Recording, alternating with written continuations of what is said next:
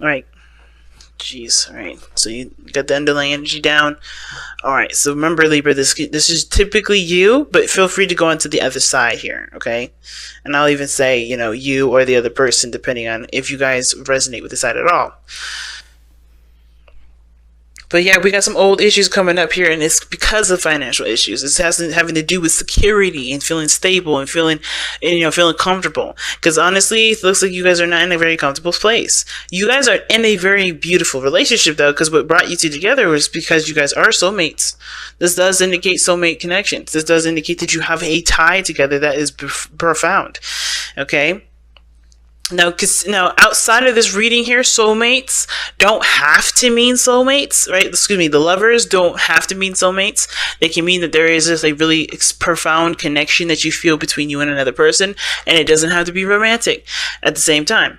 But because this is a soulmate investigation reading, the lovers will automatically mean soulmates to me, okay? Because I'm not reading for anybody other than a soulmate. So just to kind of clear that out if anybody had questions or was wondering. But going into it, right, Libra or the other person, you guys are going in thinking of this relationship as the Three of Swords. This is an old issue, it's an old situation that you guys are having to deal with. And considering this is about finances and career, you're having some old issues about your finances and career, right? Your financial situation is an old issue that hasn't really gone away. And I think you're realizing from this standpoint, it's a personal issue, not really a romantic or relationship issue. It's affecting your love life in a small way because I think it's bringing out an aggressive aspect of you, and possibly the other person is coming out a little more aggressive. But it's because, if there is any real aggression, it's not really because the other person is a factor in that. It's more about you and your personal stability and your independence and your confidence in yourself. It has nothing really to do with the other person. Now, how the other person sees this relationship or thinks about this relationship dynamic is the Seven of Swords. So they are having to take steps that they may not be totally comfortable taking, but because they see the risk as, worth the reward, if that makes sense. Now, yeah, they just feel like they definitely stepped outside of their comfort zone, or they are stepping outside of their comfort zone. Again, this puts people on edge, considering if you're being triggered right now, you're not going to be the most friendliest, happiest person ever. You're going to try to keep your composure. You're going to try to be kind. You're going to try to be nice. But with that Knight of Swords there is combativeness. There can be combativeness. There can be some people on the offense or on the defense, right? But not because they're trying to be mean, not because anybody's trying to be rude, not saying that it's a reason to be that way or giving that kind of excuse to say, hey, if you're aggressive, that's cool, it's fine. No, it's not okay. You should not project your pains and anger towards anybody else, but it's understandably so, because we're human beings and that's what happens, right? Again, not saying that you should or that anybody should be treating you any sort of way because they're stressed or because they feel a lot of pressure or because they're in a very uncomfortable situation. It just means that, hey, understanding where this person is coming from, they're not in a situation where they're not comfortable with themselves. Okay, so that makes sense, right? So if you're being lashed out at and you're lashing out at somebody else, give yourself that time and compassion, but understand that that's not necessarily appropriate for anybody to treat you or you to treat anybody else that sort of way. But this person is definitely not in a comfortable situation. Seven of Swords is saying that they're not comfortable. They're taking a risk. I think this person sees this risk as worth the reward because we do have the lovers that brought you two together. So that is love. Love has brought you together, connecting with one another, connecting with each other, being the halves of each other that work as a whole, So for instance, you may be the brain and the other person may be the heart, right? Or the other person may be the brain and you be the heart, right? You guys add and contribute to the relationship in a very beautiful way. But I feel like it's a work in progress because you guys have the Knight of Swords. Either you guys are working together and fighting together, or you guys are fighting against each other right now and trying to work together. Because the challenge is the Chariot, right? Which is getting a balance, moving forward, working together to make progress. The challenge is that. So some of you guys are having a really hard time working together to make that momentum, to push forward with that. And it's not, like I said, it's going to take time, whatever this is, right? To work together, work this through, and understanding where you guys are personally to be able to work together. That's the first step, right?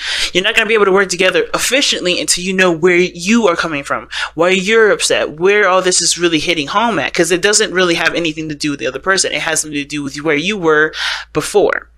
It has something to do with you in the past. Now, That said, this person taking a risk right now, taking a leap of faith, they may be avoiding situations, not really acknowledging how serious the situation may be, or they may not really be acknowledging it as full on as possible. They may be avoiding some situations at the same time. But, which can understandably lead them to to believe that they have been putting in a lot of work, but they don't know where else to work at because they have been avoiding situations. At the same time, if this person is taking a risk, they're looking at the situation, trying to assess and trying to reevaluate what exactly needs to be done, what needs to be put in, what efforts do they need to put in to continue to move forward, because they're not in a situation where they're necessarily happy either. They know they've come a long way. They know that there has been a lot of work that's been put into this already. They know that there's work that needs to be put into it now and moving forward.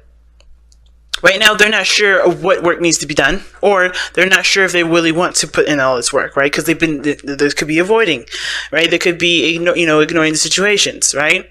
Therefore, they don't know what to do. But again, like I said, the other way around, the other way I'm reading this is that this person is taking the risks and doing everything that they feel uncomfortable doing. And they're trying to figure out what else needs to be done because, yes, they've come so far. They've worked so hard to get to this point. They're not looking to fail now. They're looking to expand. They're looking to grow. They're looking to move forward. And you're doing the same thing. You guys are very happy with the accomplishments that y'all have made.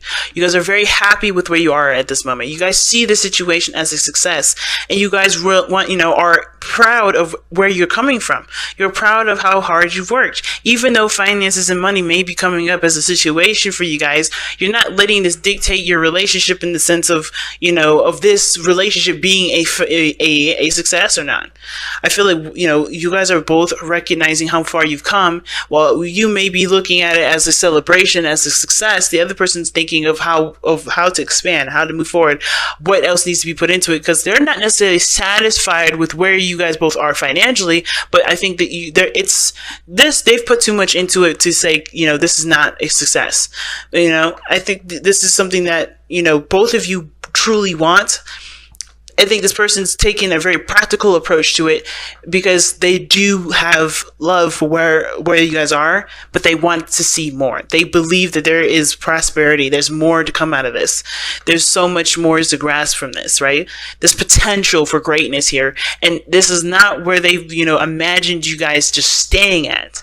I'm not saying that you're staying in that situation either with the Six of Wands. This is you guys recognizing the steps that you've taken and being happy about it and wanting to celebrate and just to be in the moment.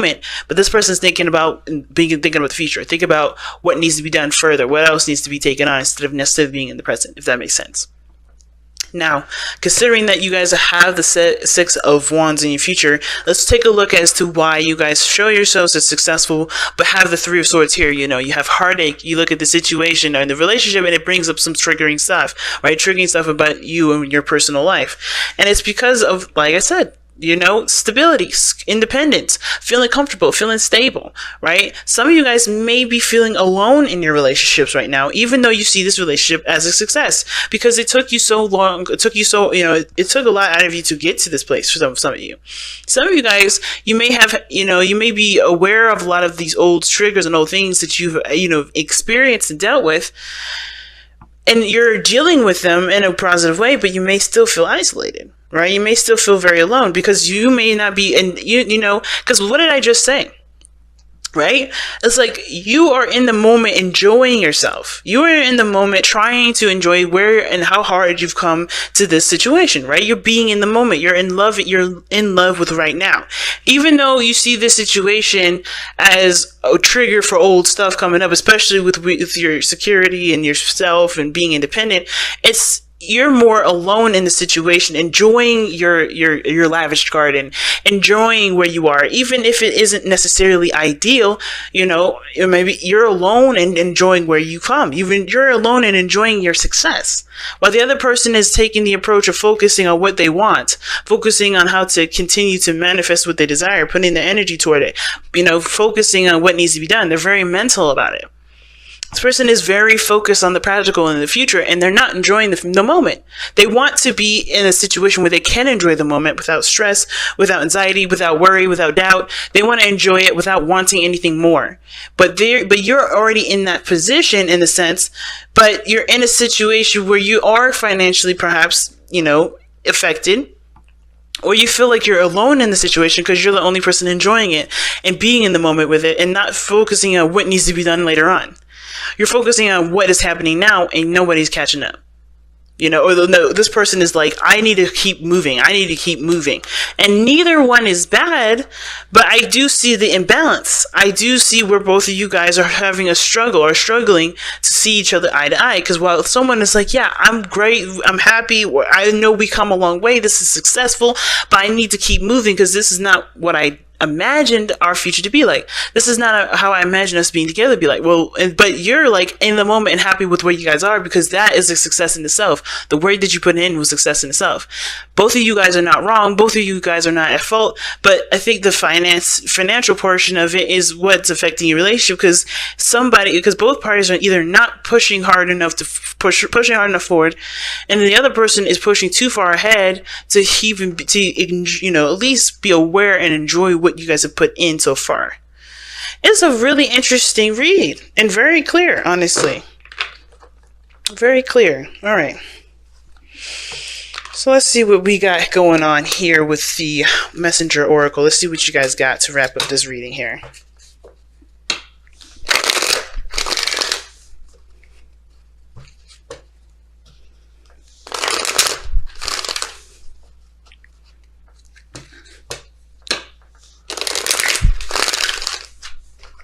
And like I said, remember the sides, right? If you're not feeling very lonely, you wanted to push ahead, then, the other side may be resonate with you. The other person may be feeling, alone and celebrating the present. And you guys may be still getting over old issues, but you guys are happy with how hard and how dedicated you guys have been working towards this place of having, what you want, being content. I find it so interesting that both of you guys' spiritual planes, spiritual energies are nines. They're both nines. It's pretty awesome. And nines are I feel like they're very individual. They're very, solo. Of course, they all have something to do with the self and the person itself, right? Themselves. They're not really about anything other than the person. But the nine, if you look in numerology, nines are about leadership. Nines are the leaders of the situation. And you guys are both leading a different area in your life. One emotional and one practical, one physical. And it's interesting because while one person's approach is very practical, the other one's very emotional, and your both spiritual energies are opposing or that, right? Show the opposite, stability and emotional. So, like I said, while one person's acting practical, their spiritual is coming from a very emotional place. While the other is coming, acting very emotional, very in the moment, not very practical, not very, materialistic. It's coming from a very materialistic, practical or stable place. It's interesting. Elements are definitely swapped in that area. Time to ground. Time to ground. Okay. So let's take a look. See, I just passed it too. I was like, there it is. Okay.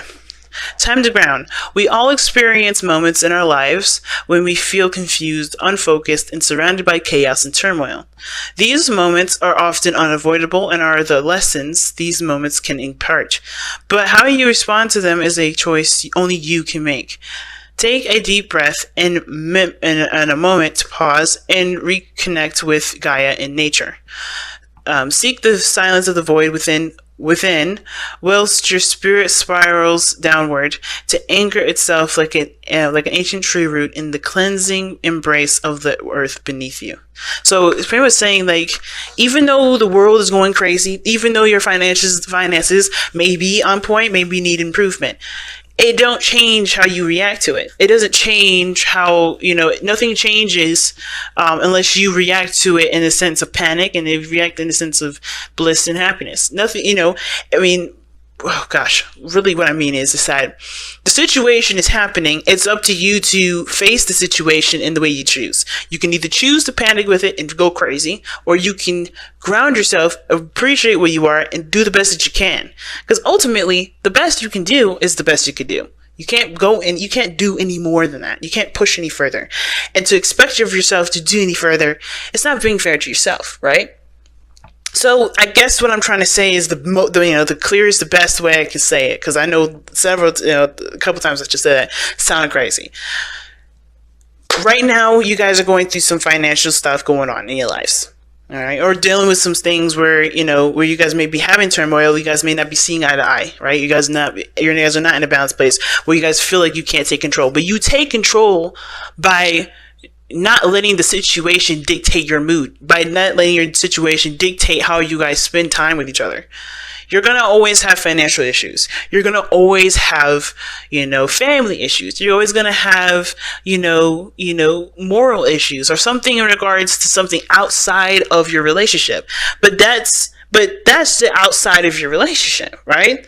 You're always going to have political issues. You're always going to have, weather issues. But does the weather dictate how you're going to feel today? Or are you going to say, hey, it's raining, but that is outside of me, and that has nothing to do with me, and it's not going to affect me because I'm going to continue to do the best that I can with what I've got, right? Right? And I know some people in the comments were like, yeah, but if it rains and you got to drive differently, you got to do different. Yeah, but they're still doing the best that you can. It's always still doing the best that you can, and knowing you're doing the best that you can, and still keeping yourself in a place where you can still stabilize yourself. Because at no point, at nowhere in this reading does it say that your life is going to crumble because you guys can't get your finances up, down, whatever. It's like the money, the lifestyle that you guys live can only be helped if you do the best that you can. It's not going to help if the relationship has arguments and problems with that, right? It makes sense if both of you guys are not seeing eye to eye, you guys are not working together, therefore you guys can't do the best that you guys can because you guys are not working together as a team, which is fair enough. But if you guys are doing the best that you can and you're doing all that you can, don't let the finances creep up in your relationship despite how well how hard you're working. Because if you're doing the best that you can right now, then that's it. You don't, that situation doesn't deserve to take, your happiness or take the feeling that you have with your partner in the most intimate times that money has nothing to do with. You know what I mean?